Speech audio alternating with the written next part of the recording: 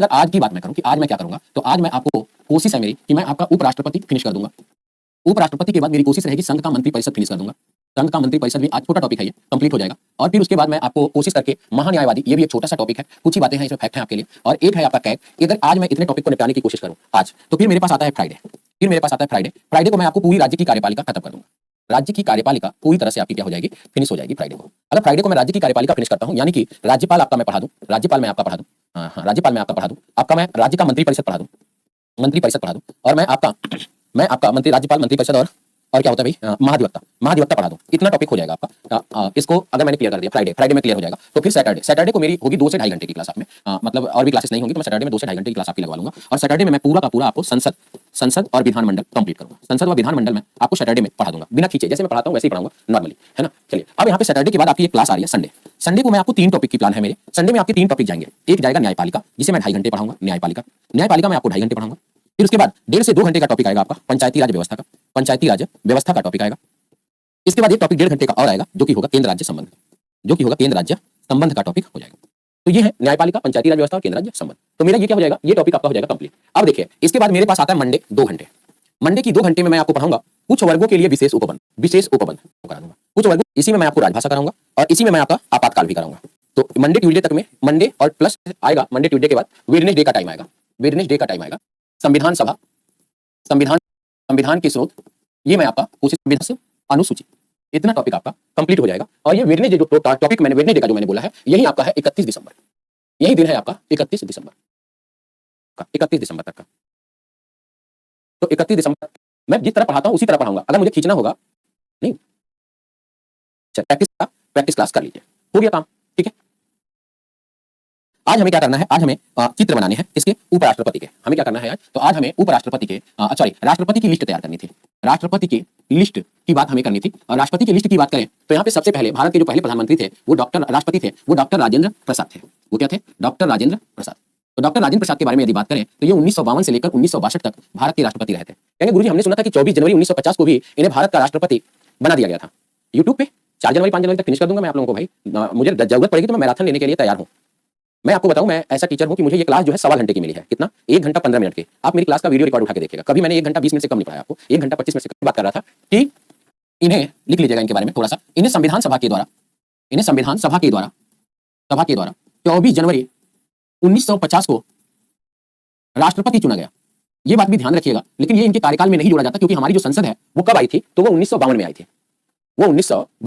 थी। चलिए, डॉक्टर राजेंद्र प्रसाद के बाद भारत के राष्ट्रपति जो बने, वो बने सर्वपल्ली राधाकृष्णन। वो कौन बने, सर्वपल्ली राधाकृष्णन भारत के राष्ट्रपति बने। सर्वपल्ली राधाकृष्णन। अगर हम सर्वपल्ली राधाकृष्णन की बात करेंगे तो ये 1962 से लेकर 1967 तक भारत के राष्ट्रपति रहे थे। इन्हें दार्शनिक राजा की उपाधि दी गई थी। क्या कहते थे इन्हें भैया, दार्शनिक राजा की उपाधि दी गई थी। तो आपके कूटिंग में ये सवाल पूछ सकता है कि भारत के किस राष्ट्रपति को दार्शनिक राजा कहा जाता है। जाकिर हुसैन, है ना, कार्यकाल के दौरान मृत्यु वाले पहले राष्ट्रपति थे। 1967 से लेकर 1969 तक इनका कार्यकाल रहा है। और ये भारत के प्रथम मुस्लिम राष्ट्रपति थे। भारत के प्रथम मुस्लिम राष्ट्रपति, या भारत के ऐसे पहले राष्ट्रपति जिनकी कार्यकाल के दौरान मृत्यु हो गई थी। आगे देखिएगा, चौथे नंबर पे जो राष्ट्रपति बने भारत के, क्योंकि बीच में 2 कार्यवाहक राष्ट्रपति थे। वीवी गिरी भारत के कार्यवाहक राष्ट्रपति थे, कार्यवाहक थे। और ये केवल 2 ही महीना रहे थे। इसके बाद इन्होंने त्यागपत्र दे दिया था। तो जब इन्होंने त्यागपत्र दिया तो राष्ट्रपति मर गए हैं, उपराष्ट्रपति ने त्यागपत्र दे दिया। तो अब उच्चतम न्यायालय के मुख्य न्यायाधीश जो उस समय थे, मोहम्मद हिदायतुल्लाह, ये भारत के क्या बन गए, राष्ट्रपति बन गए। ये भारत के क्या बन गए, राष्ट्रपति बने। तो ये भी क्या बने, कार्यवाहक बने। हालांकि कार्यवाहक राष्ट्रपति बनने के बाद ये भारत के उपराष्ट्रपति भी बने थे, क्योंकि अगर कोई व्यक्ति कार्यवाहक राष्ट्रपति के रूप में कार्य कर लेता है तो उसे त्यागपत्र देना ही पड़ता है। उसके बाद देखिएगा चौथा जो राष्ट्रपति बने थे वो इनके जाकिर हुसैन के बाद से वो खुद ही बने, वीवी गिरी। वो कौन बने, वीवी गिरी भारत के राष्ट्रपति बने। और ये 1969 से लेकर 1974 तक भारत के राष्ट्रपति रहे। कौन भाई, वीवी गिरी के बारे में कहा जाता है प्रथम निर्दलीय राष्ट्रपति। और भारत के ये पहले ऐसे राष्ट्रपति थे जिनके मतलब निर्वाचन में बड़ा विवाद रहा। 2 बार इनके निर्वाचन की काउंटिंग करी गई थी। नीलम संजीव रेड्डी को तो विश्वास ही नहीं हुआ कि मैं चुनाव कैसे हार गया। वो कोर्ट चले गए थे, उच्चतम न्यायालय चले गए थे। 5वां, वीवी गिरी के बाद भारत के राष्ट्रपति बने फखरुद्दीन अली अहमद भारत के क्या बन गए थे, राष्ट्रपति बन गए थे। फखरुद्दीन अली अहमद जो थे ये भारत के क्या बने, राष्ट्रपति बने। और ये 1974 से लेकर 1977 तक भारत के राष्ट्रपति रहे थे, फखरुद्दीन अली अहमद। अब फखरुद्दीन अली अहमद के बारे में ये कहा जाता है कि ये मंत्री पद पर विराजमान थे, ये कभी भी भारत के उपराष्ट्रपति नहीं रहे। फखरुद्दीन अली अहमद उपराष्ट्रपति नहीं थे। फिर उसके बाद छठा जो राष्ट्रपति बने वो थे नीलम संजीव रेड्डी। वो कौन थे भैया, नीलम संजीव रेड्डी। अब नीलम संजीव रेड्डी के बारे में ये कहा जाता है कि ये 1977 से लेकर 1982 तक भारत के राष्ट्रपति रहे थे। और इनके बारे में कहा जाता है कि भारत के प्रथम निर्विरोध राष्ट्रपति थे। निर्विरोध राष्ट्रपति ये थे, निर्विरोध राष्ट्रपति थे। आगे देखिएगा, सातवां सातवां राष्ट्रपति डायरेक्ट पूछता है कभी कभी भारत के सातवें राष्ट्रपति का नाम बताइएगा, तो ज्ञानी जैल सिंह इनका नाम लीजिएगा, ज्ञानी जैल सिंह नाम ले लीजिएगा भैया। ये 1982 से लेकर 1987 तक भारत के राष्ट्रपति पद पर काम किए थे और भारत के प्रथम सिख राष्ट्रपति थे, प्रथम सिख राष्ट्रपति ये थे। फिर इसके बाद आते हैं आपके वेंकट रमन, इसके बाद भारत के 8वें राष्ट्रपति के रूप में आ जाते हैं वेंकट रमन आ जाते हैं। वेंकट रमन 1987 से लेकर 1992 तक भारत के राष्ट्रपति रहे। इनके बारे में कहा जाता है कि सबसे बुजुर्ग राष्ट्रपति, सबसे बुजुर्ग राष्ट्रपति के रूप में इन्हें याद किया जाता है, सबसे बुजुर्ग राष्ट्रपति के रूप में याद किया जाता है। फिर भारत के 9वें राष्ट्रपति जो बने थे वो थे शंकर दयाल शर्मा, शंकर दयाल शर्मा, शंकर दयाल शर्मा 1992 से लेकर 1997 तक भारत के राष्ट्रपति रहे थे। इनके बारे में कहा जाता है कि प्रथम राष्ट्रपति जो मुख्यमंत्री पद पर कार्य कर चुके थे, मुख्यमंत्री, ये मध्य प्रदेश के मुख्यमंत्री पद पर कार्य कर चुके थे, मुख्यमंत्री पद पर कार्य कर चुके थे। इसके बाद भारत के 10वें राष्ट्रपति के रूप में आते हैं वो है के.आर. नारायणन, के.आर. नारायणन आते हैं। और के.आर. नारायणन जो थे ये 1997 से लेकर 2002 तक भारत के राष्ट्रपति थे। तो इनके बारे में कहा जाता है कि प्रथम दलित राष्ट्रपति, प्रथम दलित राष्ट्रपति, प्रथम दलित राष्ट्रपति कौन थे? तो के.आर. नारायणन थे। इसके बाद 11 नंबर की जो बात आती है, वो 11 नंबर की बात जो आती है तो वो मेन आदमी की आ जाती है भैया, सबसे महान राष्ट्रपति में से एक अब्दुल कलाम। देखिए लोग कहते हैं ना कि सभी व्यक्ति जब राष्ट्रपति पद पर बैठे होंगे तो उनकी गरिमा आई होगी, लेकिन एपीजे अब्दुल कलाम एक ऐसे व्यक्ति थे जिसको राष्ट्रपति की कुर्सी पर बैठने के बाद वह कुर्सी धन्य हो गई होगी कि हाँ कोई महान आत्मा हम पर विराजमान हुई है। 2007, ठीक है। प्रथम गैर राजनीतिज्ञ राष्ट्रपति के रूप में इन्हें जाना जाता है, प्रथम गैर राजनीतिज्ञ राष्ट्रपति के रूप में इन्हें जाना जाता है। अगर हम 12 नंबर की बात करें तो 12 नंबर पे आई थी प्रतिभा देवी सिंह पाटिल, प्रतिभा देवी सिंह पाटिल आई थी, पाटिल, प्रतिभा देवी सिंह जब पाटिल आई थी तो इनका कार्यकाल 2007 से लेकर 2012 तक रहा था और प्रथम महिला राष्ट्रपति के रूप में इन्हें जाना जाता है, प्रथम महिला राष्ट्रपति के रूप में इन्हें जाना जाता है। तो प्रथम महिला राष्ट्रपति हो गई थी। इसके बाद 13 नंबर के जो राष्ट्रपति थे वो थे आपके प्रणब मुखर्जी। वो कौन थे? आपके प्रणब मुखर्जी थे। और प्रणब मुखर्जी जो भारत के राष्ट्रपति बने थे तो वो 2012 से लेकर 2017 तक भारत के राष्ट्रपति रहे। इनके बारे में बस आप इतना जानिए कि प्रथम बंगाली राष्ट्रपति, प्रथम बंगाली राष्ट्रपति थे ये। इसके बाद 14 नंबर के जो आपके राष्ट्रपति थे इनका नाम क्या था? तो इनका नाम था रामनाथ कोविंद, जो बिहार राज्य के राज्यपाल थे। रामनाथ कोविंद जो बिहार राज्य के राज्यपाल थे राष्ट्रपति बनने से पहले। 2017 से लेकर 2022 तक इनका कार्यकाल रहा था। यूपी के प्रथम नागरिक थे, यूपी के प्रथम व्यक्ति जिन्हें भारत का राष्ट्रपति चुना गया था। यूपी ने प्रधानमंत्री तो कही दिया लेकिन राष्ट्रपति केवल कोविंद जी को दिया। इसके बाद आपकी आती है द्रौपदी मुर्मू, द्रौपदी मुर्मू आती हैं और द्रौपदी मुर्मू जो है वो 2022 से लेकर 2027 तक वो भारत की राष्ट्रपति बनी थी। और इनके बारे में सब पता है, सबसे कम उम्र की राष्ट्रपति, पहला जीएस इनके बारे में है, सबसे कम उम्र की राष्ट्रपति के बारे में बात किया जाता है। दूसरा, स्वतंत्र भारत में जन्म लेने वाली पहली राष्ट्रपति, स्वतंत्र भारत में जन्म लेने वाली पहली राष्ट्रपति, प्रथम राष्ट्रपति और प्रथम जनजाति राष्ट्रपति। इतनी बातें इनके बारे में आप जानिए। जनजाति राष्ट्रपति, तो प्रथम जनजाति राष्ट्रपति हैं ये, ठीक है भैया, तो ये छाप लीजिए। 2022 से लेकर 2027 तक आने वाली है 2027। चलिए उससे पहले नौकरी पा लीजिए ताकि नया डेटा याद ना करना पड़े। चलिए भाई, आज सभी लोगों को मैरी क्रिसमस और तुलसी दिवस की ढेर सारी शुभकामनाएं। बहुत सारे लोग हैं जो आज के दिन को बलिदान दिवस के रूप में भी मना रहे हैं। तो जितना भी दिवस आप मना रहे हैं सभी दिवस की आप लोगों को ढेर सारी शुभकामनाएं। और आज बहुत सारे बच्चे कम हैं, है ना, बहुत सारे बच्चे कम हैं। तो भाई सभी बच्चे कम क्यों हैं ये तो आज यही बता रहा होगा कि वो घूमने आज गए हैं, उपराष्ट्रपति। लेकिन मैं ये सोच रहा हूँ कि एडीओ का बच्चा इस समय घूमने का विचार नहीं ला सकता। उपराष्ट्रपति के बारे में कुछ तथ्य या फैक्ट की बात यदि मैं करूं तो यहाँ पे हम कहेंगे कि इसे उपराष्ट्रपति के पद के बारे में बात करें। अच्छा भाई, कोई अपने पद के लिए कोई काम नहीं करता है, कोई ऐसा व्यक्ति है कि वो उपराष्ट्रपति पद के बारे में कोई काम नहीं करता है। अगर मान लीजिए कोई बच्चा कोई काम ना करे, कोई व्यक्ति कोई काम ना करे, तो उसे हम क्या कहेंगे?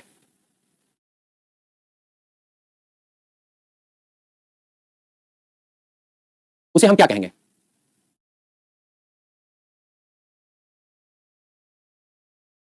चलिए, तो उसके बारे में हम बात करें तो देखो भैया, उपराष्ट्रपति अपने पद के लिए कोई कार्य नहीं करता है। उपराष्ट्रपति अपने पद के लिए कोई कार्य नहीं करता है। तो जब उपराष्ट्रपति अपने पद के लिए कोई कार्य नहीं करता है तो इनका पद अवैतनिक है। तो इनका पद अवैतनिक माना जाता है, अवैतनिक माना जाता है। यानी उपराष्ट्रपति को उपराष्ट्रपति पद के लिए कोई वेतन भी नहीं दिया जाता। यानी हम जिसके बारे में जिक्र करने जा रहे हैं वो एकदम निकम्मा आदमी है ना भैया। अब आपके दिमाग में चलेगा कि अरे भैया आप काहे गलत पढ़ाते हैं बच्चों को उल्टा सीधा, इनका हमने पढ़ा है 4 लाख वेतन है, अब आप कह रहे हैं कि उपराष्ट्रपति का वेतन अवैतनिक है। चलिए भैया, उपराष्ट्रपति को राज्यसभा के सभापति के रूप में वेतन प्रदान किया जाता है, वेतन प्रदान किया जाता है। हो गया भैया डील डन। अब तो डील डन है, अब कोई दिक्कत नहीं है कि उपराष्ट्रपति को जो 4 लाख रुपया वेतन दिया जा रहा है वो उपराष्ट्रपति पद के लिए नहीं दिया जाता, वो उसे राज्यसभा के सभापति पद के रूप में दिया जाता है। अब आप यहां से लिखेंगे अनुच्छेद 63। अब आप यहां से हेडिंग बनाइएगा अनुच्छेद 63। अनुच्छेद 63 आपसे एक सिंपल सी बात कहता है, क्या कहेगा? भारत का एक उपराष्ट्रपति होगा, एक उपराष्ट्रपति होगा। क्लियर है? तो भारत का भी क्या होता है? एक उपराष्ट्रपति होता है। अब यहां पे देखिएगा अनुच्छेद 64 भी आपसे छोटी सी बात करेगा। अनुच्छेद 64 कहता है कि यह राज्यसभा का पदेन सभापति होगा। यह राज्यसभा का पदेन सभापति होता है, यानी जो उपराष्ट्रपति होता है वह राज्यसभा में सभापति के रूप में काम करता है। क्लियर है भाई? आगे देखिए एक और अनुच्छेद लिखते हैं, अनुच्छेद 65 की बात करते हैं। यह राष्ट्रपति के अनुपस्थिति में, राष्ट्रपति के अनुपस्थिति में, अनुपस्थिति में, अनुपस्थिति में राष्ट्रपति पद का निर्वहन करता है, राष्ट्रपति पद का निर्वहन करता है। अब देखो राष्ट्रपति की जो उपस्थिति है ना वो हमेशा दो तरह की होती है। पदेन का मतलब एक पद के अलावा दूसरा पद है तो वहां पे पदेन शब्द का प्रयोग कर देते हैं। जैसे एक पद तो उपराष्ट्रपति का है लेकिन दूसरा पद इसका क्या हो गया, राज्यसभा का सभापति का हो गया, तो वहां पे पदेन शब्द का प्रयोग करते हैं। जिसके लिए भी पदेन शब्द का प्रयोग करेंगे तो आपको पता चलेगा कि अच्छा इसके पास पहले से कोई पद होगा तब इसे पदेन पद कहा गया है। ठीक है भैया? तो ये कार्यवाहक राष्ट्रपति के रूप में कार्य करता है। ये बात तो आप सभी को पता है कि उपराष्ट्रपति राष्ट्रपति के रूप में काम करेगा। कब? जब राष्ट्रपति अनुपस्थित हो। राष्ट्रपति की अनुपस्थिति कितने प्रकार की होती है? तो राष्ट्रपति की अनुपस्थिति दो प्रकार की होती है। कितनी? दो प्रकार की होती है। पहली राष्ट्रपति की उपस्थिति जो अनुपस्थिति होगी वो त्यागपत्र के कारण, मृत्यु के कारण या महाभियोग के कारण, यानी स्थायी अनुपस्थिति। और दूसरी अनुपस्थिति होती है टेम्परेरी। टेम्परेरी का मतलब राष्ट्रपति इंसान है छुट्टी पे चलेगा, विदेश यात्रा मतलब कहीं घूमने चलेगा, ऐसी छुट्टी। तो जब ऐसी छुट्टी में निर्वहन करेगा तो भाई वो उतने दिन तक निर्वहन करेगा जितने दिन तक छुट्टी पर है राष्ट्रपति। लेकिन मृत्यु के टाइम पर अगर इसने कार्यवाहक राष्ट्रपति पद के रूप में निर्वहन किया राष्ट्रपति पद का तो फिर ये उपराष्ट्रपति का भी पद नहीं बचता इसका। ठीक है? यानी दोनों पद फिर एक साथ खाली माने जाते हैं। ठीक है? चलिए अनुच्छेद 65 हो गया। अब हेडिंग बनाएंगे योग्यता। तो योग्यता के बारे में अनुच्छेद अगर हम लिखें तो अनुच्छेद 66 का 3 लिखेंगे और अनुच्छेद 66 के 3 में उपराष्ट्रपति के योग्यता के विषय में हम बात करते हैं। तो जब हम उपराष्ट्रपति के योग्यता के विषय में बात करते हैं तो राष्ट्रपति की तरह चलेगा, भारत का नागरिक हो, सेम राष्ट्रपति की तरह एकदम भारत का नागरिक हो। दूसरी बात चलेगी न्यूनतम आयु 35 वर्ष पूर्ण, 35 वर्ष पूर्ण हो, न्यूनतम आयु 35 वर्ष पूर्ण हो। राष्ट्रपति का भी सेम है। तीसरा लाभ के पद पर नहीं हो। तो राष्ट्रपति में मैंने लाभ के पद पर बड़ा चर्चा किया है कि लाभ के पद पर नहीं हो, तो सेम राष्ट्रपति वाला यहां पर लाभ का पद भी आ जाएगा। उसके बाद देखिए जब मैंने आपको राष्ट्रपति पढ़ाया होगा तो वहां पे मैंने कहा लोकसभा में सदस्य बनने की योग्यता रखता हो। तो यहां पे मैं कहूंगा कि राज्यसभा में, कौन से सदन में भाई? राज्यसभा में, सभा में सदस्य बनने की योग्यता रखता हो, योग्यता रखता हो। तो यहां पे क्या आ गया भैया? राज्यसभा। ठीक? तो उपराष्ट्रपति के लिए क्या आता है? राज्यसभा आता है। क्लियर है भाई? उसके बारे में साक्षी बेटा बात करेंगे, चिंता नहीं करिएगा। ठीक है? तो अनुच्छेद 66 का 3 आपके सामने है जो ये कह रहा है कि उपराष्ट्रपति बनने की योग्यता क्या होती है। ठीक है? अब अनुच्छेद 66 की बात करें तो अनुच्छेद 66 कहता है उपराष्ट्रपति का निर्वाचन। तो यहां पे हेडिंग क्या बनाएंगे? तो यहां पे हेडिंग बनाएंगे निर्वाचन। निर्वाचन में हम दो बातों पर जिक्र करने वाले हैं। पहला, उपराष्ट्रपति को वोट कौन देता है? तो कहेंगे संसद के दोनों सदनों के सभी सदस्य मतदान करते हैं। अब यहां पे देखिएगा लोकसभा और राज्यसभा के सभी सदस्य निर्वाचन में भाग लेंगे, यानी कि चाहे राज्यसभा का वो मनोनीत सदस्य हो तब भी वो निर्वाचन में भाग लेगा। तो मनोनीत भी लेगा और इलेक्टेड भी लेगा। बढ़िया विष्णु भैया। चलिए दूसरा देखिएगा, सेम राष्ट्रपति की निर्वाचन पद्धति पर इनका भी निर्वाचन पद्धति चलता है। वो कैसे हो जाएगा? हस्ताक्षरीय, एकल मत, अनुपातिक, प्रतिनिधित्व प्रणाली द्वारा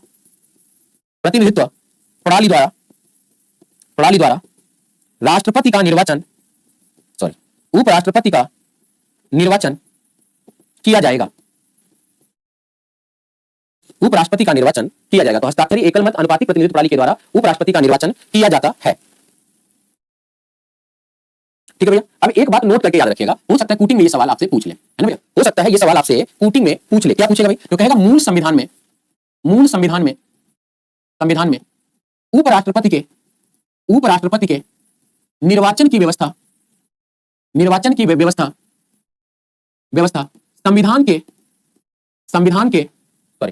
संसद के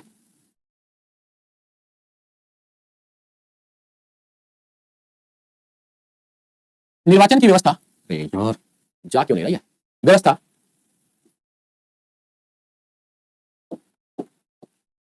संसद के दोनों सदनों के संयुक्त बैठक में किया जाएगा। यह कहा गया कि संसद के दोनों सदनों के संयुक्त बैठक में उनके निर्वाचन की व्यवस्था किया जाएगा।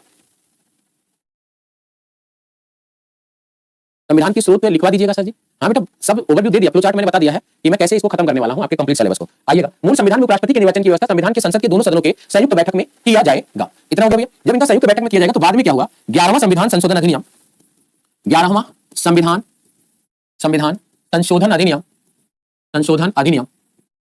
1961 के द्वारा इस संयुक्त बैठक के प्रावधान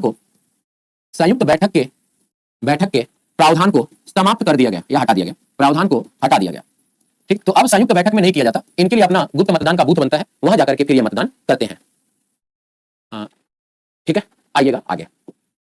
नहीं बेटा यूपीएसआई वाला नहीं कर सकते आप लोग। अगर आप लोग 4:15 बजे खाली है तो 4:15 वाला क्लास आप लोग कर सकते हैं। दूसरी चीज है कि मैं आप लोगों की क्लास लेके आऊंगा तो आप लोग अपनी तैयारी करते रहिए। अगर आपको मेरा पढ़ाने का तरीका अच्छा लगा होगा तो आप मुझसे ना अपने एईडीओ के पेपर के बाद जुड़ जाइएगा। अभी आप पूरा फोकस एईडीओ के पेपर पे करिए, ठीक है। जितना हो सके उतना रिवीजन करिए पीछे का। देखिए जितना आपने तैयारी करी है ना वो आपकी मूल पूंजी है, उसे आपको बचा के रखना है। तो उसके लिए आपको रिवीजन के लिए 2-2.5 घंटे का समय होना चाहिए आपके पास, ठीक है। और जितना आप पढ़ रहे हैं उसको भी तैयार करना है तो उसको भी तैयार करने के लिए 2 से 3 घंटे का समय होना चाहिए आपके पास, है ना। तो अभी आप मत जुड़िए, आप अभी बाद में जुड़िएगा। अभी पहले आप प्लीज अपनी तैयारी पे ध्यान दीजिए। केवल और केवल एक काम, एईडीओ कैसे भी करके, चाहे मुझे दिन रात मेहनत करनी पड़े, मुझे एईडीओ बनना है, बस ये ठान के पढ़िए अभी, ठीक है। चलिए आगे आते हैं। अब हमने बात किस पे करी थी? निर्वाचन पे। निर्वाचन के बाद हम किस पे बात करते हैं भाई? तो अनुच्छेद 67 की बात करेंगे और अनुच्छेद 67 में आपका क्या आ जाएगा? कार्यकाल आ जाएगा। कार्यकाल आ जाएगा। कार्यकाल की बात करेंगे तो कार्यकाल में हमने कहा कि सबसे पहला तो यही है पद ग्रहण, पद ग्रहण या शपथ ग्रहण से, पद ग्रहण या शपथ ग्रहण से कितने दिन तक भाई? 5 वर्ष तक। 5 5 5 5 5 5 5 5 5 5।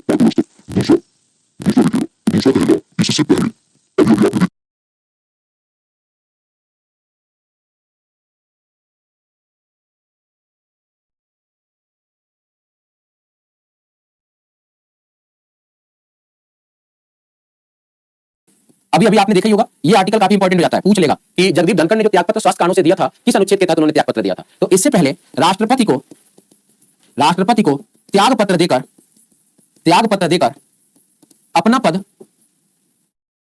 अपना पद छोड़ सकेगा, ठीक है। तो उपराष्ट्रपति अपना त्यागपत्र किसे देता है? तो उपराष्ट्रपति अपना त्यागपत्र भारत के राष्ट्रपति को देता है। चलेगा। तीसरा देखिएगा, साबित कदाचार ये राष्ट्रपति पर नहीं लगता है, केवल उपराष्ट्रपति, अभी उपराष्ट्रपति पे लग रहा है। साबित कदाचार या ये वाला राष्ट्रपति पर लगता है, या संवैधानिक असमर्थता के आधार पर दोनों सदनों के द्वारा पारित प्रस्ताव पर पद से हटा सकते हैं। पारित प्रस्ताव पर पद से हटा सकते हैं। यहां पे यदि हम बात करें इंपॉर्टेंट फैक्ट की, तो यहां पे देखिएगा पद से हटाने की प्रक्रिया अनिवार्य रूप से राज्यसभा द्वारा आरंभ होगा,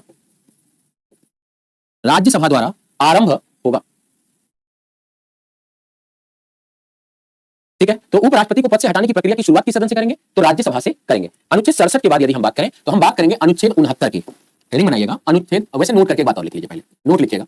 अनुच्छेद 71 राष्ट्रपति व उपराष्ट्रपति के निर्वाचन संबंधित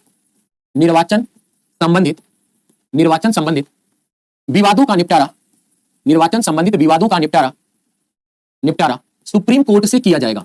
तो राष्ट्रपति और उपराष्ट्रपति के निर्वाचन में यदि कोई विवाद होता है तो अनुच्छेद 71 के तहत हम कहां चले जाएंगे? तो सीधा सुप्रीम कोर्ट चले जाएंगे।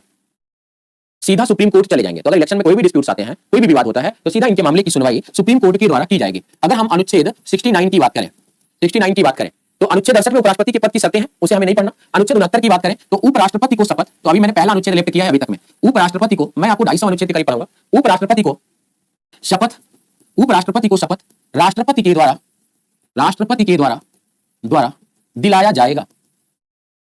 उपराष्ट्रपति को शपथ राष्ट्रपति के द्वारा दिलाया जाएगा, ठीक है। तो उपराष्ट्रपति को शपथ किसके द्वारा दिलाया जाता है? तो उपराष्ट्रपति को शपथ राष्ट्रपति के द्वारा दिलाया जाता है। ये बात क्लियर होगी? चलिए अब आते हैं और भी मुद्दों के पास। अब हमें जानना है कि उपराष्ट्रपति के कार्य या शक्ति क्या है।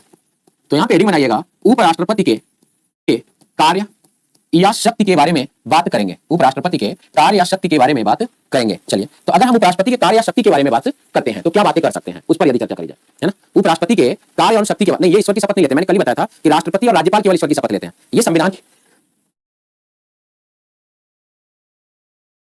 ये संविधान की शपथ लेते हैं। क्लियर है? चलिए, तो उपराष्ट्रपति के कार्य या शक्ति में पहला बात आएगा, यह राज्यसभा का पीठासीन होगा। अर्थात राज्यसभा पूर्ण रूप से उपराष्ट्रपति के नियंत्रण में होगा। पूर्ण रूप से उपराष्ट्रपति के नियंत्रण में होगा, ठीक है। आगे देखिएगा, दूसरा बात आता है, यह राष्ट्रपति के अनुपस्थिति में राष्ट्रपति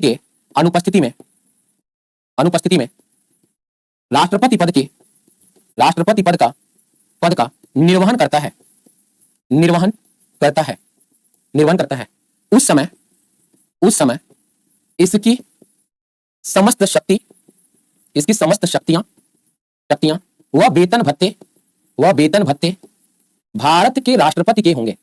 वेतन भत्ते भारत के राष्ट्रपति की तरह होगा, राष्ट्रपति की तरह होगा। ठीक है भैया। तो जब उपराष्ट्रपति राष्ट्रपति पद का निर्वहन करता है तो उसके पूरा पावर राष्ट्रपति का मिलेगा और सैलरी भी किसकी मिलेगी? राष्ट्रपति की मिलेगी। दीपक भैया, राज्यसभा के पीठासीन का मतलब क्या होता है? जैसे चुनाव के टाइम पर एक पीठासीन अधिकारी जाते हैं, तो पीठासीन अधिकारी का काम क्या रहता है? ईवीएम को कंट्रोल करना। तो पीठासीन के जो निर्वाचन के टाइम पे जाते हैं उनके कंट्रोल में पूरा ईवीएम रहता है, वैसे ही इनके कंट्रोल में पूरा राज्यसभा रहता है। बस इतनी सी बात समझिए, ठीक है ना? पूरे की पूरी चीजों का मालिक। ठीक है भैया। तो ये उपराष्ट्रपति के कार्य शक्ति हो गए। इसके बाद तीसरा देखिएगा, यह राज्यसभा के सभापति के रूप में शपथ ग्रहण नहीं करता है। शपथ ग्रहण नहीं करता है। यह राज्यसभा के सभापति के रूप में शपथ ग्रहण नहीं करता है। सर, राज्यसभा और लोकसभा क्या होता है? परसों बताऊंगा, शनिवार को लोकसभा और राज्यसभा क्या होता है उसी पर चर्चा करूंगा। चलिएगा भैया। तो यह राज्यसभा के सभापति के रूप में शपथ ग्रहण नहीं करता है।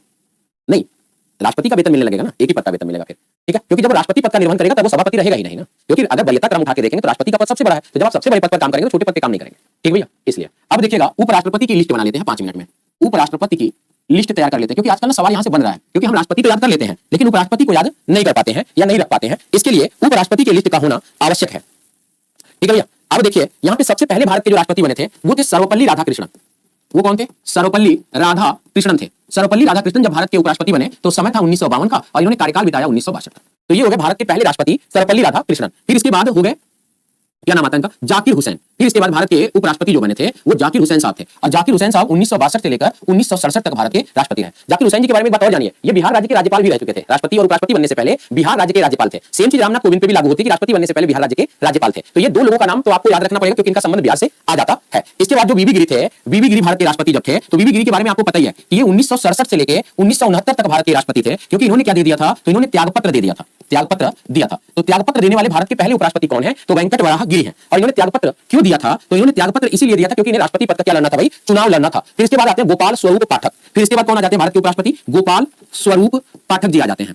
गोपाल स्वरूप पाठक आ जाएंगे। गोपाल स्वरूप पाठक 1969 से लेकर 1974 तक भारत के उपराष्ट्रपति रहे थे। तो ये हो गए पहले, ये हो गए दूसरे, ये तीसरे, ये चौथे। इसके बाद आते हैं 5वें नंबर के राष्ट्रपति की बात, उपराष्ट्रपति की बारी आती है। तो वीडी जत्ती आ गए। वीडी जत्ती आ गए। तो ये वीडी जत्ती जो हैं, ये कब भारत के राष्ट्रपति बने थे? तो 1974 से लेकर के 1979 तक, 1974 से लेकर 1979 तक ये भारत के उपराष्ट्रपति थे। और इन्होंने कार्यवाहक राष्ट्रपति के पद पर भी कार्य किया था, कार्यवाहक राष्ट्रपति के पद पर कार्य किया था, क्योंकि उसी टाइम फखरुद्दीन अली अहमद की क्या हो गई थी? मृत्यु हो गई थी। तो वीडी जत्ती ने कुछ समय तक अपने पद पर कार्य किया। फिर उसके बाद चुनाव हो जाता है किसका? नीलम संजीव रेड्डी आ जाते हैं, तो राष्ट्रपति हो जाते हैं। तो वीडी जत्ती जो थे वो कार्यवाहक राष्ट्रपति पर भी काम कर चुके हैं, ठीक है भैया? इसके बाद आ जाते हैं मोहम्मद हिदायतुल्लाह। इसके बाद भारत के जो राष्ट्रपति बनते हैं, मोहम्मद हिदायतुल्लाह भारत के उपराष्ट्रपति बन जाते हैं। और मोहम्मद हिदायतुल्लाह ऐसे व्यक्ति थे जो मुख्य न्यायाधीश रहते हुए कार्यवाहक राष्ट्रपति का कार्य पूरा किए थे। तो ये 1979 से लेकर 1984 तक भारत के उपराष्ट्रपति पद पर निर्वहन किए थे। इसके बाद यदि हम 7वें उपराष्ट्रपति के बारे में बात करें तो आ जाते हैं आर वेंकट रमन।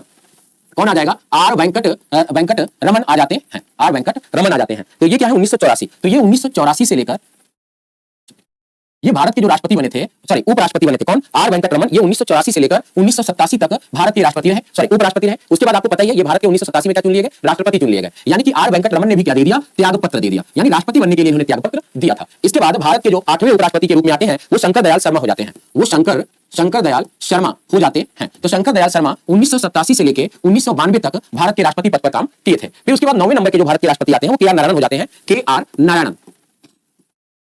नारायणन हो जाते हैं। के आर नारायणन जो थे वो 1992 से लेकर 1997 तक भारत के उपराष्ट्रपति रहे। फिर इसके बाद राष्ट्रपति पद पर इन्होंने कार्य किया था। इसके बाद भारत के जो 10वें उपराष्ट्रपति बनते हैं वो है श्री कृष्ण कांत भारत के 10वें राष्ट्रपति के रूप में काम करते हैं। श्री कृष्ण कांत जी। तो जो श्री कृष्ण कांत थे जो भारत के 10वें राष्ट्रपति के रूप में काम किए वो 1997 से लेकर कितना थे भाई? 2002 तक थे। 2002 तक थे। फिर भारत के 11वें राष्ट्रपति के रूप में आ जाते हैं भैरव सिंह शेखावत। फिर कौन आ जाते हैं? भैरव सिंह शेखावत आ जाते हैं।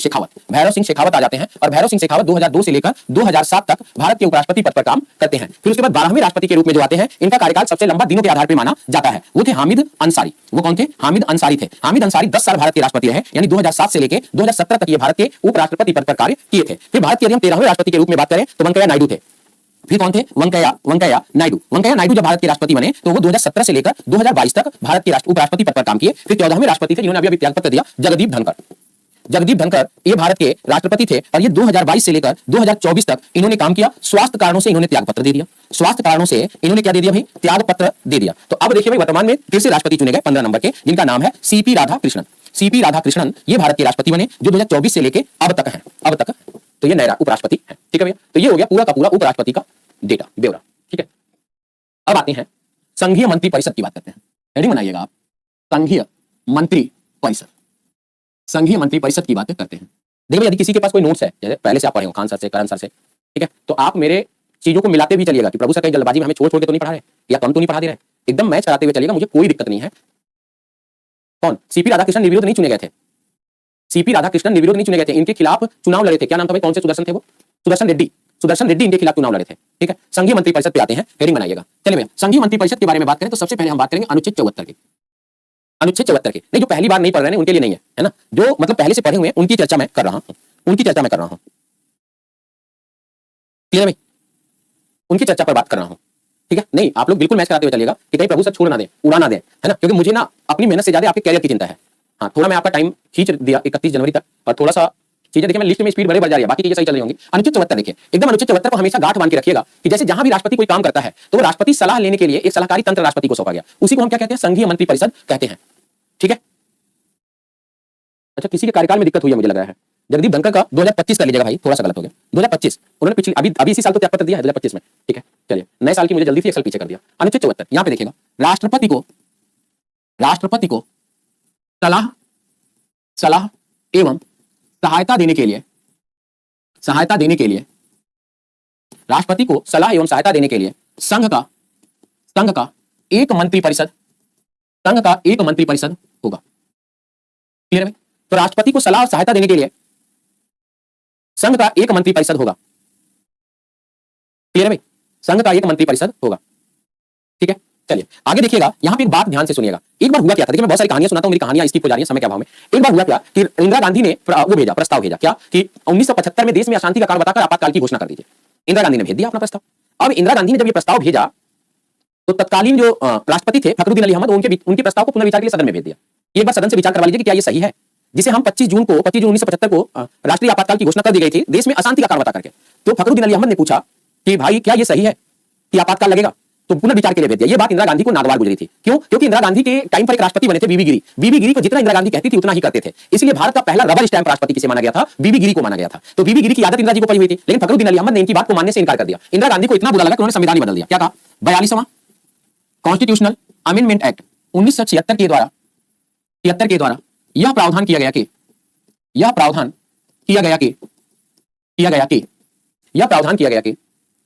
मंत्री परिषद की सलाह को मानने के लिए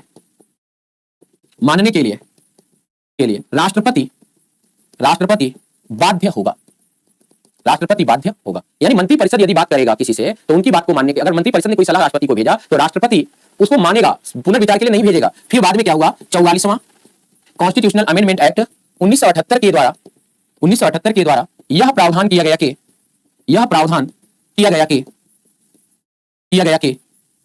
मंत्री परिषद की सलाह को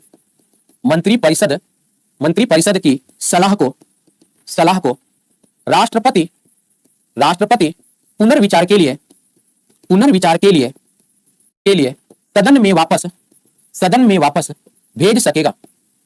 वापस भेज सकेगा। क्लियर भाई? अच्छा भाई, एक बात बताइए, यदि कोई मामला पुनर्विचार के लिए सदन में वापस जाए फिर उसी मामले को राष्ट्रपति के पास फिर से भेज दिया जाए तो राष्ट्रपति उस पर हस्ताक्षर के लिए बाध्य हो जाता है कि नहीं?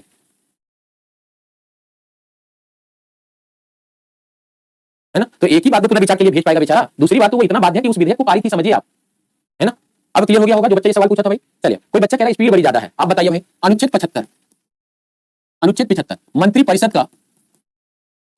का गठन या विस्तार। मंत्री परिषद का गठन या विस्तार स्पीड ज्यादा है यार, हैंड रिटन नोट्स दे रहा हूं आपको, हाथ से लिख के पढ़ा रहा हूं, तब भी स्पीड ज्यादा हो रही है। चलिए, अच्छा, मंत्री परिषद का गठन या विस्तार में पहली बार। अब ये बताइए, भारत का प्रधानमंत्री नियुक्त होता है या निर्वाचित? भारत का प्रधानमंत्री नियुक्त होता है या निर्वाचित होता है? तो देखिए भैया क्या आंसर देंगे, भारत का प्रधानमंत्री नियुक्त होता है या निर्वाचित होता है? हाँ भैया, जिनको लड़ना है उनको लड़ने दीजिए, है ना। मैं पढ़ा रहा हूँ, आप पढ़ लीजिए। भारत का राष्ट्रपति प्रधानमंत्री नियुक्त होता है या निर्वाचित? भारत के प्रधानमंत्री की नियुक्ति की जाती है, निर्वाचित की जाती है? तो देखिए भैया, प्रधानमंत्री की नियुक्ति, प्रधानमंत्री की नियुक्ति, मंत्री की नियुक्ति, नियुक्ति राष्ट्रपति के द्वारा, राष्ट्रपति के द्वारा किया जाएगा, किया जाएगा। देखिए भारत का प्रधानमंत्री बनते कैसे हैं भाई, ये बड़ी समस्या का विषय है। तो यहाँ पे एक पहला स्टार बना के स्मॉल ए लिखिएगा। देखिए भैया, लोकसभा में, ध्यान से समझिएगा, सब समझ आ जाएगा। लोकसभा में बहुमत दल का नेता, बहुमत दल का नेता, दल का नेता भारत का, भारत का प्रधानमंत्री होगा, प्रधानमंत्री होगा। लोकसभा में बहुमत दल का नेता भारत का प्रधानमंत्री होगा। क्लियर है भाई? तो बहुमत दल का नेता कौन से सदन में? लोकसभा में। तो देखिए भैया, निर्वाचित नहीं होता। अगर भारत के प्रधानमंत्री बनारस से निर्वाचित हैं तो फिर जितने प्रधानमंत्री को उम्मीदवार थे सबको बनारस से चुनाव लड़ना चाहिए था, लेकिन ऐसा नहीं है। तो वो बनारस से लोकसभा के सदस्य हैं, ना कि प्रधानमंत्री, है ना। चलिए बी देखिए, अब यहाँ पे तो सीधा सा कि बहुमत जिसे मिल गया वो भारत का प्रधानमंत्री बन गया। लेकिन अगर बहुमत ना मिले, जैसे अभी ऐसी कहानी हो जाए कि नीतीश कुमार जी और चंद्रबाबू नायडू अपना समर्थन वापस ले लें, तो भारत की सरकार गिर जाएगी और फिर मुंह गिर जाएगी, और वो अपना समर्थन किसी को ना दे, और दोनों कहे कि हम ही प्रधानमंत्री बनेंगे, तो फिर सरकार कैसे बनेगी? फिर सरकार कैसे बनेगी भाई? किसी को बहुमत नहीं मिलेगा। कांग्रेस पार्टी भी बहुमत से दूर है, अपने गठबंधन के साथ भी बहुमत से दूर है। मोदी जी का बहुमत चल रहा था जिसमें खेला कर दिया नीतीश जी ने और चंद्रबाबू नायडू ने मिलकर के, तो सरकार गिर गई। अब नीतीश जी चंद्रबाबू नायडू कह रहे हैं सरकार तभी अब बनेगी जब हम प्रधानमंत्री बनेंगे और ये गृह मंत्री और प्रधानमंत्री जो है चंद्रबाबू नायडू बनेंगे, ऐसा मांग कर दिया इन्होंने। अब सरकार कैसे बनेगी?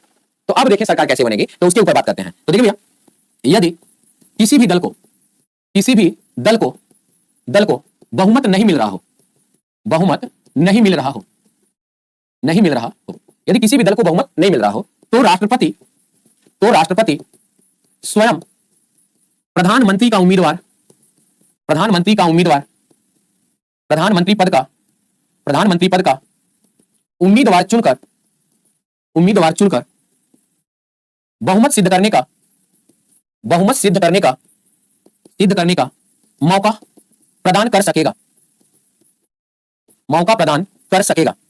क्लियर है? इसी को हम कहते हैं त्रिशंकु की सरकार, त्रिशंकु की सरकार, त्रिशंकु की सरकार। ठीक है भैया, देखिए त्रिशंकु सरकार की घोषणा की जाती है, लंगड़ी सरकार की जब घोषणा की जाती है तब दल बदल कानून लागू नहीं होता,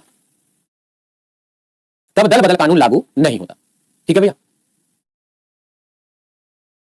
चलिए आगे देखिएगा। अब आते हैं दूसरे पॉइंट पे। दूसरा पॉइंट क्या कहता है, तो अन्य मंत्रियों की नियुक्ति, अन्य मंत्रियों की नियुक्ति, मंत्रियों की नियुक्ति, नियुक्ति प्रधानमंत्री की सलाह पर, प्रधानमंत्री के सलाह पर, प्रधानमंत्री की सलाह पर राष्ट्रपति के द्वारा, राष्ट्रपति के द्वारा किया जाएगा, राष्ट्रपति के द्वारा किया जाएगा। तो अन्य प्रधानमंत्री की नियुक्ति किसके द्वारा की जाती है? तो अन्य प्रधानमंत्री की नियुक्ति राष्ट्रपति के द्वारा किया जाता है। ठीक है भाई। तो अगर आपसे पूछे कि रेल मंत्री की नियुक्ति कौन करता है, अगर आपसे पूछे गृह मंत्री की नियुक्ति कौन करता है, तो कहिएगा राष्ट्रपति करता है। मंत्रिपरिषद, मंत्रिपरिषद सामूहिक रूप से, सामूहिक रूप से राष्ट्रपति के प्रति, राष्ट्रपति के प्रति उत्तरदायी होगा।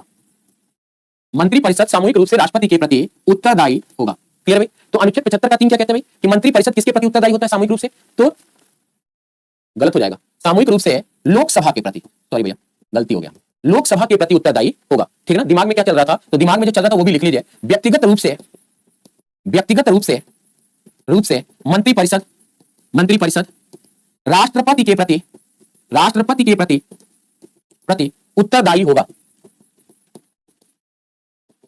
व्यक्तिगत रूप से मंत्रिपरिषद राष्ट्रपति के प्रति उत्तरदायी होगा। ठीक है भैया? तो ये दिमाग में चल रहा था, इसलिए वहां पे राष्ट्रपति में लिख पाया।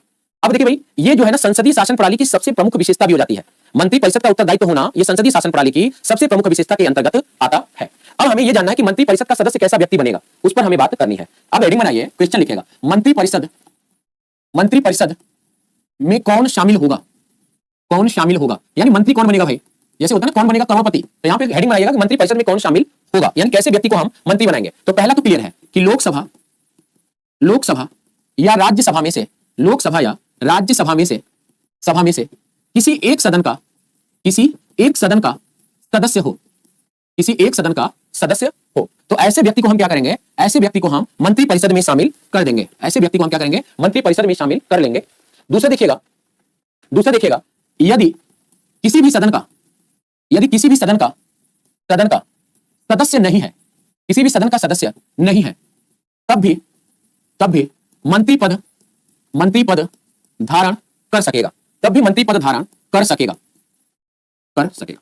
यदि किसी भी सदन का सदस्य नहीं है, वह तब भी मंत्रिपद धारण कर सकता है, लेकिन लेकिन 6 माह के भीतर 6 माह के भीतर दोनों सदनों में से दोनों सदनों में से दोनों सदनों में से किसी भी एक सदन का सदस्य हो, किसी भी एक सदन का सदस्य हो।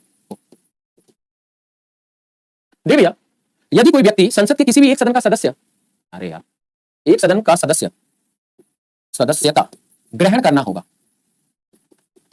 ठीक है भाई, ऐसा किसके साथ हुआ था? ऐसा भारत के विदेश मंत्री जो वर्तमान में हैं एस जयशंकर जी के साथ ऐसा हुआ था। एस जयशंकर जी के साथ हुआ था, है ना। जब भारत के विदेश मंत्री भारत के बने थे एस जयशंकर जी, तब वो किसी भी सदन के सदस्य नहीं थे। क्लियर है ना। जैसे ही वो भारत के विदेश मंत्री बने तो उन्हें गुजरात राज्य से राज्यसभा का सदस्य बनाया गया था।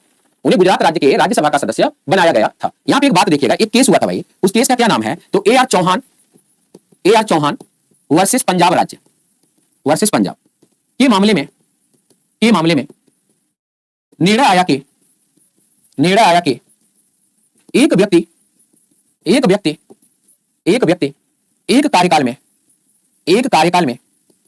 कार्यकाल में बिना सदन की सदस्यता ग्रहण किए बिना सदन की सदस्यता ग्रहण किए बिना सदन की सदस्यता ग्रहण किए 6 माह तक मंत्री पद पर रहेगा। यदि उसी कार्यकाल में पुनः मंत्री बनना है तो पहले किसी एक सदन की सदस्यता ग्रहण करना अनिवार्य होगा। तो किसी एक सदन की सदस्यता ग्रहण करना अनिवार्य होगा। ठीक है भाई। हुआ क्या था कि एक मंत्री जी थे, तो उन्होंने क्या किया, पहले बिना सदन की सदस्य, जैसे आपके यहाँ अभी उपेंद्र कुशवाहा जी के बेटे हैं, वो किसी भी सदन के सदस्य नहीं थे, लेकिन उन्हें मंत्री पद दे दिया गया है। अब उपेंद्र कुशवाहा जी के बेटे 4 महीने के भीतर, अगर 4-6 महीने के भीतर किसी सदन से सदस्यता ग्रहण नहीं करते हैं तो वो क्या करेंगे, वो त्यागपत्र दे देंगे और त्यागपत्र देकर दूसरा मंत्री पद का कार्यभार संभालने लगेंगे। तो ऐसे ही करके 6-6 महीना मंत्री बनते रहे। तो ये वाली चालाकी इस केस में आएगी नहीं। अब वो चालाकी खत्म हो गई कि भैया एक कार्यकाल में बिना सदन की सदस्यता ग्रहण किए केवल आप 6 महीना मंत्री रह सकते हैं। अगर इससे ज्यादा आपको उसी कार्यकाल में फिर मंत्री बनने का इतना ही शौक है तो पहले सदन का सदस्य बनिए, पहले जनता के समक्ष जाइए और चुनाव जीतिए। देखिए भाई, ये तो जनाधार का क्या है, जनाधार का दुरुपयोग है ये, है ना। जैसे कि जनता नहीं चुनी और आप जनता का प्रतिनिधित्व मंत्री बनकर कर रहे हैं, तो ये जनाधार के लिए गलत है। अगर जनता चुन के भेजती है तब तो ये सही है। इसीलिए उन्हें 6 महीने के लिए, ठीक है भैया, अगर इतना ही तुम्हें मनमानी करने का शौक है तो 6 महीना कर लो, ठीक है ना। आइए अब हेडिंग बनाते हैं मंत्री परिषद की संरचना। मंत्री परिषद की संरचना की बात करेंगे। चलिए मंत्री परिषद की जब हम संरचना की बात करते हैं तो यहां पे देखिएगा, सबसे पहले आएगा कैबिनेट मंत्री। कैबिनेट मंत्री में यहां पे आप लिखिएगा प्रधानमंत्री सहित, है ना, प्रधानमंत्री सहित। फिर यहां पे लिखिएगा उप मंत्री, फिर क्या लिखिएगा, उप मंत्री लिखिएगा। फिर यहां पे आप लिखिएगा राज्य मंत्री। देखिए केंद्र में भी राज्य मंत्री भी होते हैं, कैबिनेट मंत्री भी होते हैं और उप मंत्री भी होते हैं। और कभी कभी हम राज्य मंत्री के आगे क्या लगा देते हैं, तो हम राज्य मंत्री के आगे स्वतंत्र प्रभार लगा देते हैं। क्या लगा देंगे, स्वतंत्र प्रभार लगा देते हैं। स्वतंत्र प्रभार का क्या मतलब होता है भाई? स्वतंत्र प्रभार का मतलब होता है कि यदि किसी विभाग का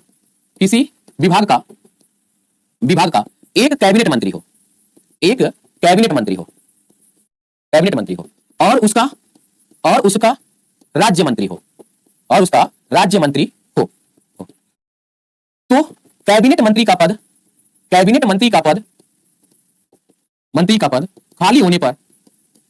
होने पर राज्य मंत्री हो तो कैबिनेट मंत्री का पद खाली होने पर राज्य मंत्री को स्वतंत्र प्रभार कहते हैं। ठीक है भैया। अब नॉर्मल भाषा, खान सर की भाषा में अगर इसे पढ़ेंगे तो आप क्या कहेंगे, जैसे मान लीजिए इसको मानिए कि पत्नी है, कैबिनेट मंत्री क्या है, पत्नी है, राज्य मंत्री क्या है भैया, पति है, एग्जांपल के लिए। ठीक, तो अब पति पत्नी से एक घर चल रहा है, एक मंत्रालय चल रहा है। अब क्या हुआ कि पत्नी मायके चली गई है, तो पति क्या हो जाएगा, स्वतंत्र हो जाएगा। तो राज्य मंत्री स्वतंत्र प्रभार का मतलब ही वही होता है कि ऐसा पति जिसकी पत्नी कहां चली गई हो, मायके चली गई हो। अच्छा, फिर आप कहेंगे गुरुजी जब मायके से आएगी तब, तो मायके से आएगी तो फिर वही दिनचर्या जैसा रोज चलता है। ठीक है, तो समझ आ गया होगा कि स्वतंत्र प्रभार क्यों कहा गया। ठीक है, कि जब इसका पद खाली रहे और ये पद पर रहे राज्य मंत्री, तो जैसे इसका पद खाली होगा ये राज्य मंत्री उसी विभाग का क्या कहलाएगा, स्वतंत्र प्रभार कहलाता है। एक बात और देखिएगा, इन तीनों को मिलाकर किसका निर्माण होता है, तो इन तीनों को मिलाकर मंत्री परिषद का निर्माण होता है। तीनों से किसका निर्माण हुआ, मंत्री परिषद का निर्माण हुआ। इसको मिलाकर किसका निर्माण हुआ, तो इसको मिलाकर मंत्रिमंडल का निर्माण हुआ। मंत्रिमंडल का निर्माण हो गया, यानी जो कैबिनेट मंत्री होता है इसी को हम क्या कहते हैं, मंत्रिमंडल कहते हैं। और ये जो तीनों मंत्री हैं, इन तीनों को मिलाकर क्या बन गया, मंत्री परिषद। अब पूछता है कि मंत्रिमंडल बड़ा है कि मंत्री परिषद बड़ा है, तो आंसर क्या देंगे, मंत्री परिषद बड़ा है, मंत्री परिषद बड़ा है। इतनी बात समझ आई। अब आगे देखिएगा, एक बात लिखिए भाई, कहा गया 91वां कॉन्स्टिट्यूशनल अमेंडमेंट एक्ट 2003 के द्वारा मंत्री परिषद की अधिकतम संख्या अधिकतम संख्या विधानसभा के लोकसभा के कुल सीटों का 15% होगा। 15% होगा। यहां पे एक बात और लिखिएगा, 2003 से पहले यह संख्या निश्चित नहीं था। यह संख्या निश्चित नहीं था। क्लियर है? 2003 से पहले यह संख्या निश्चित नहीं थी कि मंत्रिपरिषद के कितने सदस्य होंगे। ठीक है भैया, यह बात याद हो गया। आगे देखिए, संविधान में मंत्रिमंडल शब्द का प्रयोग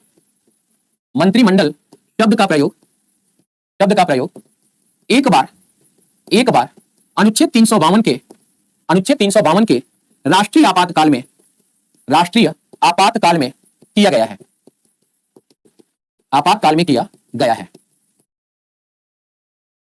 44वां संविधान संशोधन अधिनियम 1978 के द्वारा। ठीक है भैया, ये पता है, कभी इंटरव्यू देने जाएंगे ना तो लोग पूछते हैं कि आपका मेन विषय क्या है, तो आप कहेंगे संविधान है। तो कहेंगे संविधान आपका मेन विषय, तो आप एक बात बताइए कि मंत्रिमंडल शब्द का प्रयोग संविधान में कितनी बार किया गया है। तो कहिएगा सर मूल संविधान में तो एक भी बार नहीं था, लेकिन 44वां संविधान संशोधन के बाद से एक बार किया गया है। हेडिंग बनाइएगा आज का आखिरी, अनुच्छेद 78, प्रधानमंत्री का राष्ट्रपति के प्रति कर्तव्य। प्रधानमंत्री का राष्ट्रपति के प्रति कर्तव्य। तो देखिए भैया, संघ के कार्यपालिका या प्रशासनिक कार्य से संबंधित